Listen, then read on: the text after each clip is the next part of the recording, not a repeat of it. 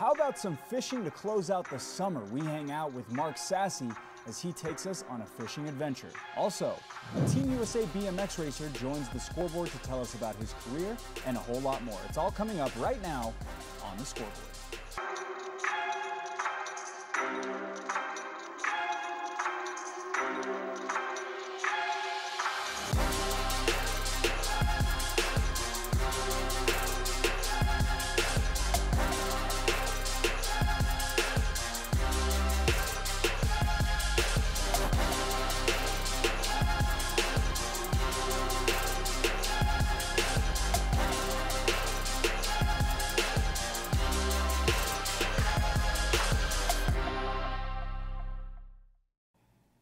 Hey everyone, welcome into the Scoreboard. We are closing down shop on the summer, but before we do, when we come back, Mark Sassy takes us on a quick little fishing trip. Hey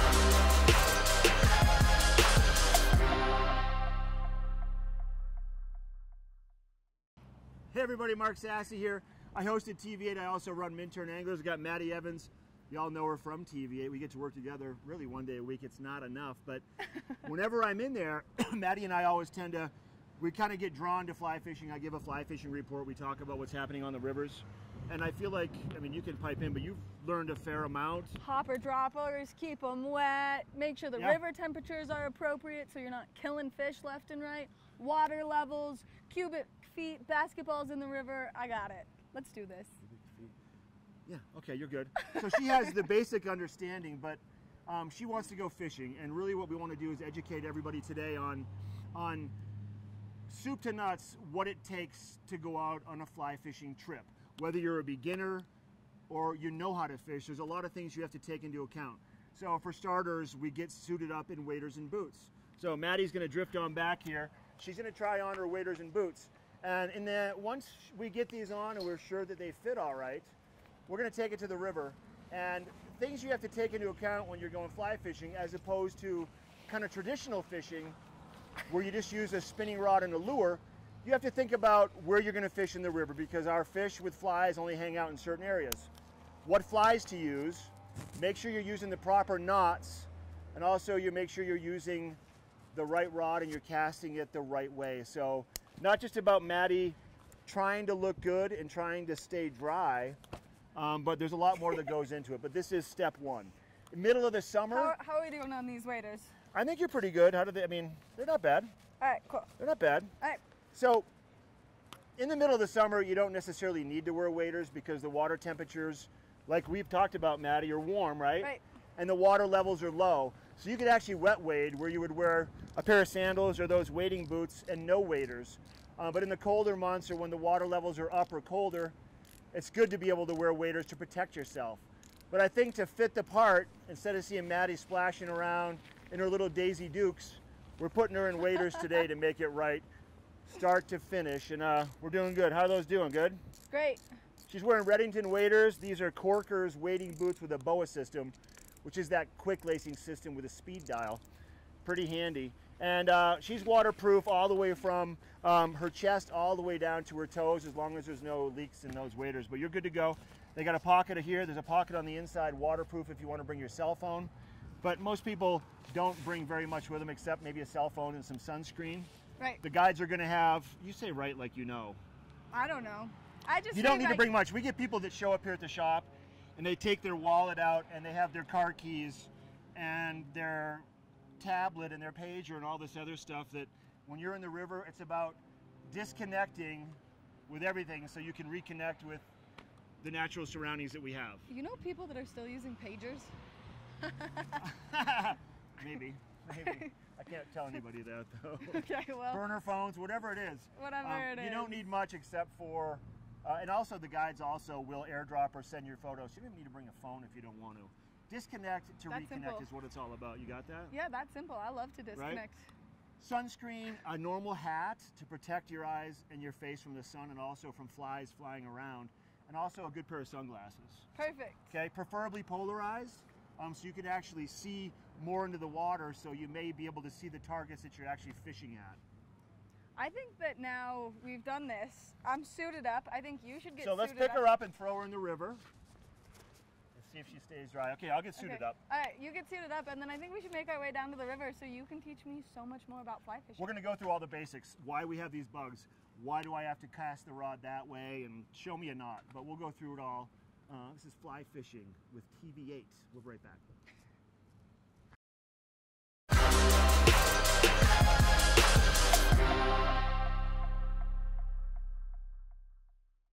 Welcome back to a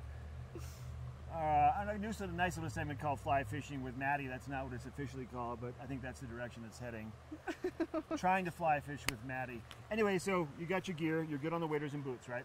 Good. Now, so the next step of it, and this is a piece that really, for most people that go on a fishing trip, this is kind of the understood that they don't worry about. The guides take care of all of it, okay? They're going to tie your knots.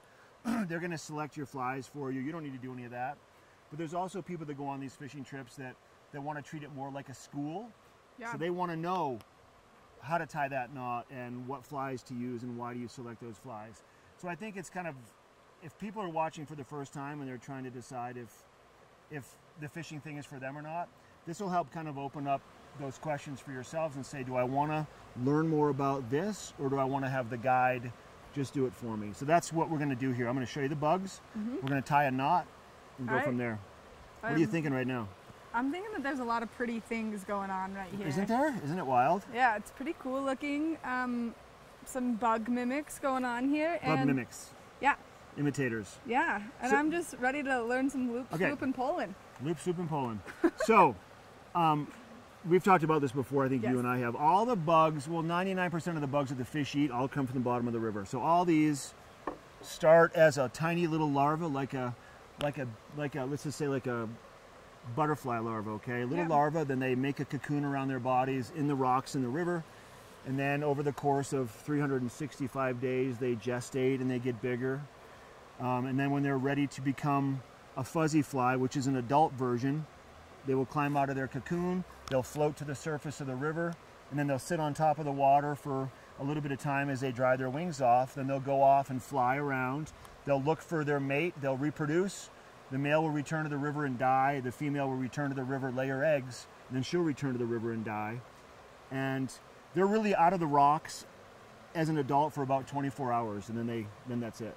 So their life cycle is really weird. It's just a short-lived life when they're out. They're in the rocks for most of their lives. So we have bugs that imitate the larva, we have bugs that imitate the bugs that emerge, and we have bugs that imitate the ones that sit on top that are dry flies. So you have the whole life cycle of the bug here. Yeah. Which makes it nice and convenient. That way when you want to fish, you know what you're using. Well, yeah, and you just pay attention to what's happening on the river at certain times of the year. Bug expert. You read the fishing reports. You just kind of, you earn this knowledge and you gain it over time. Right now, this time of the year, with the water temperatures being warm and low, we're seeing a lot of the surface bugs, a lot of the dry flies, the adults. Right. So if you're riding your bike around Vail, or you're going for a hike up on a mountain in Beaver Creek and there's little bugs everywhere, chances are, if you're near water, they're not mosquitoes or house flies or horse flies. They're either going to be caddis flies, mayflies, or stone flies. And they don't bite, they just fly around and get in your hair and get in your eyes. And annoy you. Yeah. Their job is to annoy you. They pretty much are, kind of like what you do with me. Same idea. All right, let's learn how to tie All right, some knots. so with that being said, this time of the year, like we talked about it before, we're starting to see the terrestrial bugs, which are going to be your ants. And what else is another bug that comes from the land that ends up in the water by accident? They're big, they fly around, they hop around. How about that? They hop around. Maybe a grasshopper. So grasshoppers now leading into the cooler months towards the end of the summer and the fall. There's a lot of grasshoppers until we see 1 or 2 frosts, and then the grasshoppers will go off and die. But until then, grasshopper fishing, let's grab one of these. And there's a bunch of different grasshoppers. See the big thighs on these guys? Size and color are the most common 2 factors when you're picking any bugs, but with a grasshopper, it floats, it's made of foam, it's going to sit on top of the water. And fish love these because it's a big morsel of food compared to something that size, right? Right. So this gives them a lot of energy. What if you catch like a live grasshopper and you put it on the hook? Does that work? I mean, you might be able to do it, but probably since they're delicate, it might just shatter. You cast it out and it might break off. Got it. But they would probably come up and eat it. And then off of this, you would tie some material and you'd have a second little bug down low, floating down in the water column deeper. Hopper, dropper. Wow, I knew the name. I never knew the science behind the name, and now I've learned the actual reason for the hopper dropper. Yeah, and I think right now, the fishing that will do the best, would be most productive, would be a hopper. Okay. Hoppers also will substitute for basically a bobber for fly fishing, which is called a strike indicator. And a strike indicator, I didn't bring one, but it's a small round ball that you tie onto your fly line in case you're fishing down in the rocks with your flies that sink, then you'll know if a fish eats it. But when you're fishing with a hopper, this can actually double as a strike indicator because you're going to have another fly tied down here, and if they eat this one will go under. So it acts like a bobber too, right? That's nice and convenient. Yeah, it is. Less things that you need. You're the more you know. Yeah, exactly.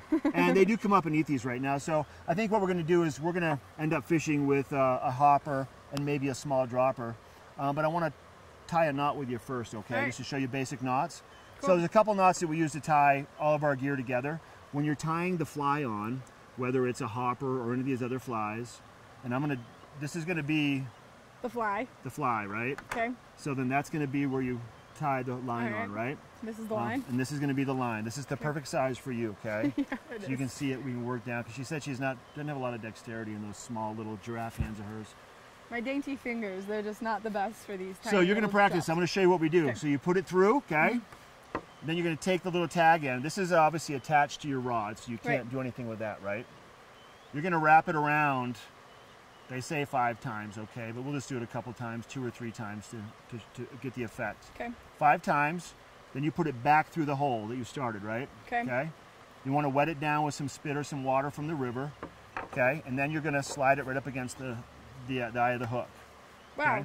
Okay. And then you trim this piece off, not too close. This is called a clinch knot. There's another way to make it a little more stable. It's called the improved clinch knot, but that's the basic knot that we use. Okay. You going on a guided trip, unless you want to learn how to do it, you're never going to have to do that with any guide service anywhere. They do it all for you, okay? But I think part of the thing about doing the guide service, and maybe for some, is that they get to learn, so they can take themselves out and do this later, and so learn the skills. Well, that's the whole thing, right? If you have people that just come out here once a year and they live in the city and they don't get a chance to do this very often, they're not going to probably do it at home. But people that maybe live here, that are interested in it, that want to embrace the outdoors a little bit more. Okay. 1, 2, So far, so good. 3. 3. I did 3 like you. No, wait, where did you? Okay, you're good there. Yeah. Yeah. Well, mine's not as pretty, but it works. Okay, so let's just say that's your clinch knot. Okay. Now we're going to Do it in we're going to do it on a little more scale. Okay. Okay. And I'm going to show you the basics on how to do this too. Okay. We're going to take a bigger fly because it has a bigger hole on it. Okay. Mm-hmm. We're going to put it through the hole, right? Right. Like we did on that one. And then we're going to hold the fly. See, I'm stabilizing it right here. Wrap it around. Once again, I'm just going to do it 3 times. So you see how I keep this taut in my hand, though? It makes it easier to wrap it around, right? Then I just grab and pass my fingers around. And then I'm going to pass it through wherever that hole is there, right in through the first hole that I made. There it is. There. Made like Okay. a microscope to be And then able you to wet do it down, you slide it up, and then you trim that off, okay? Okay. Clinch knot. There's a lot of different knots you can use, but this is probably one of the most common, okay? You want to see if she can do it? Here you go. It doesn't have to be pretty. Well, it's not going to be pretty. But here's the deal. Like, while you're doing that, I'm going to let people know, like, the knots are part of the four quarters of fly fishing, I like to call it. You have the first quarter, which is casting the rod the right way. The second piece is selecting the right bugs. The third piece is fishing in the right spot. And the fourth piece is making sure that you're using the right knots and that they're seated and that they hold, because you could have 3/4 of everything working, but if a fish comes up and bites your fly and you lose it because the knot didn't hold, then even though you had the right fly in the right spot, casting it the right way, this has to work for you too, or you're SOL basically. Got it? Yeah, I almost got the hook in my hand, but I did it.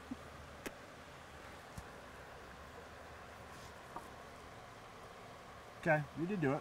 I did it. So that's a clinch knot, okay? Got it. All right, so now that we've gone through the flies, we've learned some knots.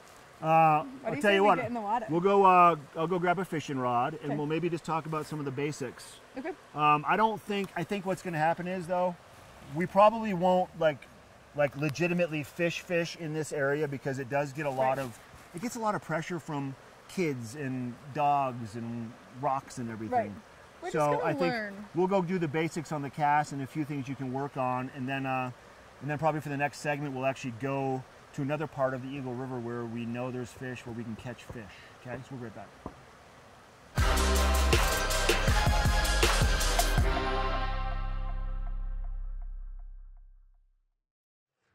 Kevin has been gone for a little bit. We've really missed him here at TV8, but he's been on a whirlwind of adventure doing something so very cool, and you can just tell by this incredible jersey next to me.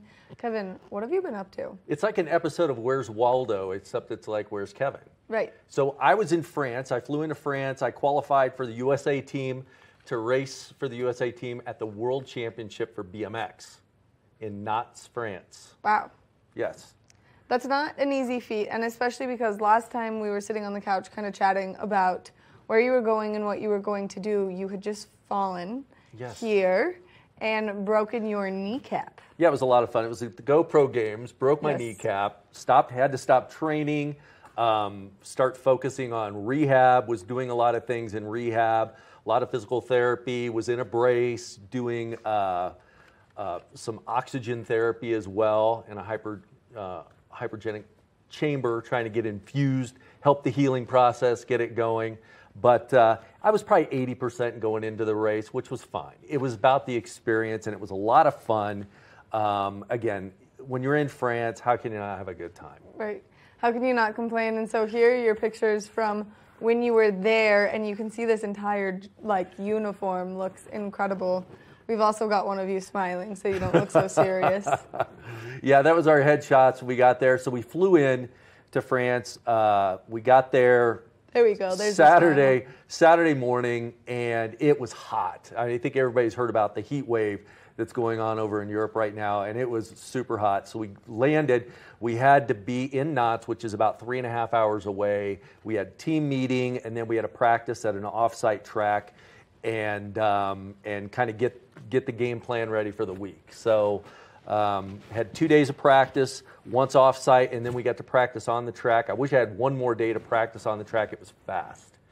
Yeah, so you were saying a little bit earlier that this track was different from some of the other ones that you compete in, which, tell us why.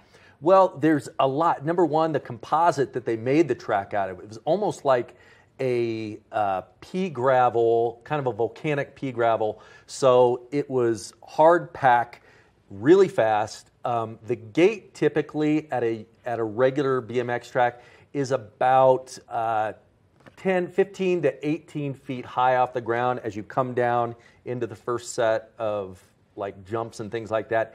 This one was close to 30, 32 feet.